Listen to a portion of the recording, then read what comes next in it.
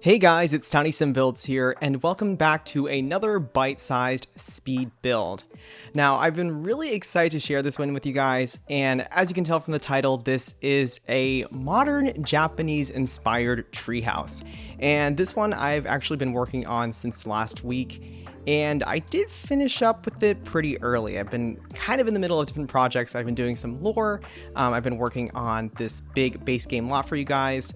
But yes, here is a bite-sized build in the meantime. So as you can see, we are in the world of Snowy Escape. And for some reason, I completely forgot the name of the world off the top of my head. But we're on a pretty small lot. I think this one is only 20 by 15.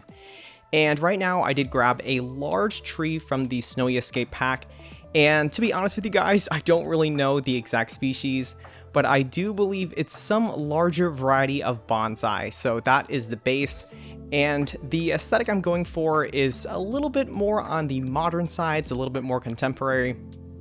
And I do want to warn you guys up front, you will see a lot of color changes. I've been very, very indecisive with this build. I think I started with more of a black and white color scheme. But for me, I love builds that feel cozy, so I ended up going with warmer tones. I do believe that siding is from the Island Living pack. And then we do have the windows from Snowy Escape. And yeah, it's shaping up little by little bit. I did start with the railings from the Get to Work pack, but I did want to keep this limited, so I ended up scrapping the Get to Work objects. And I think this build uses Get Together, Island Living, Snowy Escape, and City Living. Yes, that's the last one. But anyways, there is the landscaping. I did use a lot of the really cool plants from the debug objects. And I think those are from the base game. I think they're originally used in Oasis Springs.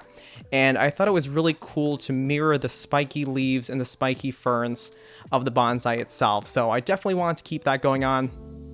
And like I mentioned, you guys, I did in fact go ahead and change out those Get to Work railings. So I did use the railings, I believe, from the Get Together pack, just to make it a little bit more sleek. And as you can see, there is sort of a wraparound pond there. Originally, I was not going to have a pool, but I figured that the house was so small. You know, we needed something a little bit more luxurious outside. You know, another cool, refreshing activity for your Sims. So here we are. It's a small rectangular pool with a nice wooden deck there, and then putting in some furniture from both Island Living and City Living with that little tiny table there. I do go in and use the, I guess they're like pool trims, right? I'm not really sure what to call them, but they're the pool trims from the Get Together pack. And then now we are sculpting the pond. So I'm trying to create a border here, and I did cut out a lot of this because this is just one of those tedious processes in The Sims 4. But we speed through that. I did line the whole lake with the base game rocks, and then I go back into debug and grab these really nice shrubs from the Snowy Escape pack. I think for this one, I did originally try using ones that came in the game, you know, the non-debug kind, but they just weren't cutting it, you guys. I always love the debug plants, as you guys know from my other videos. They just feel very realistic, and they just have these really nice textures to them. Over here, I'm just adding more of the base game debug stepping stones, leading up to the pool area. Now, originally, I actually thought for some reason that the other stones were from the Cottage Living pack. You guys might know the ones I'm talking about. They're kind of round and clunky. And I usually use those, but I wanted to go for a more modern look, so I did use the rectangular stones instead. Anyways, we are going on inside now, and very soon you'll see me do this super narrow bathroom. I think the bathroom is a 3x1, and I actually did do this in the past in another Japanese-inspired build. So if you guys saw the Sims 4 Real Lore episode with the ghost boy of the ryokan, that is where I learned how to do this super tiny bathroom. So the middle is the shower. It's kind of in the middle of the doorway. It's not that conventional by any means, but you know what? We are in The Sims, and I had to try and stick within the third tier tiny home, which is, yeah. You know, by the game standards, this is a larger house. Obviously the living space is small, but because of the large deck and because I had to do sort of a half roof on top, the game just counted it. It counted all the tiles, so yeah. So we're working with a confined space, but I do believe it is functional. I have play tested the other bathroom I created in the past, so this should also work. And right now we are sculpting out the kitchen area. This one was a little tricky. I did have to kind of situate the fridge right up against the door, and I had to make sure the counters didn't encounter... you see what I did there?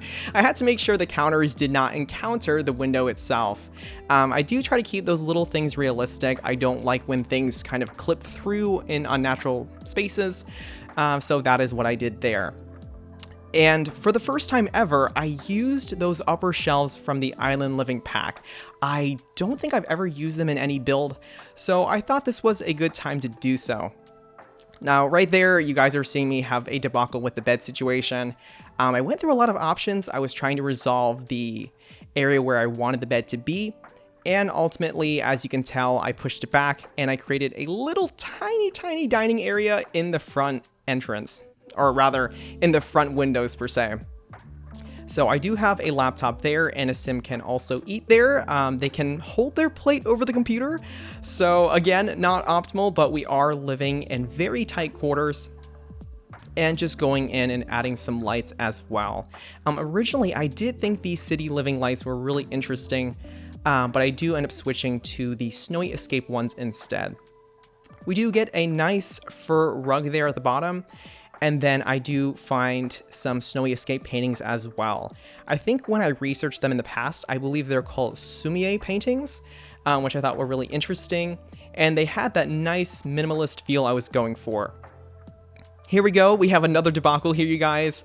I did want to include some kind of dresser, so I did use the base game one. And I situated it very closely to the dining table. So we did lose a chair, but I think our Sims can survive. Going on in here, just adding some small details. That was the base game light switch. I think that's been added for a couple months now. I kind of forget it's there, so I place it in the kitchen area as a garbage disposal. So it was kind of a weird detail, but I did want to include it anyway.